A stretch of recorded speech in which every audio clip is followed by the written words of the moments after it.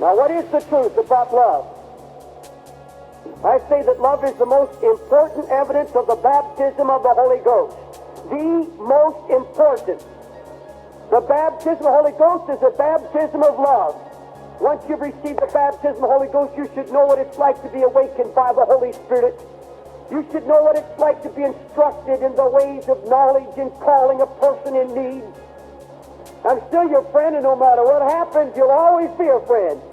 I'm praying for you. I'm standing with you. But love covereth all sin. This means love gets over all sin. It gets over things. It doesn't hold the grudge.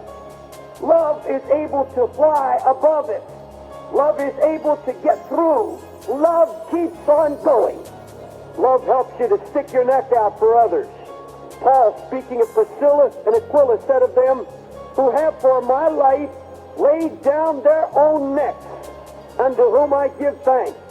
Now, Paul the Apostle knew something of that love, that was willing to give without getting anything in return. I've often thought, how much more should Christians give out of their love in spite of the fact that people grudge you, in spite of the fact that people talk about you or misuse you or mishandle you, to love even though you're despitefully used without getting anything in return. I love you even though the more I love you, the less I be loved. That's the baptism of the Holy Ghost. Love is a process of giving with no concern about receiving. I have showed you all things, how that laboring you ought to support the weak, and to remember the words of the Lord Jesus, how he said, it is more blessed to give than to receive. Love them. Bless them. Love your enemies. The truly baptized person is one who loves all his enemies.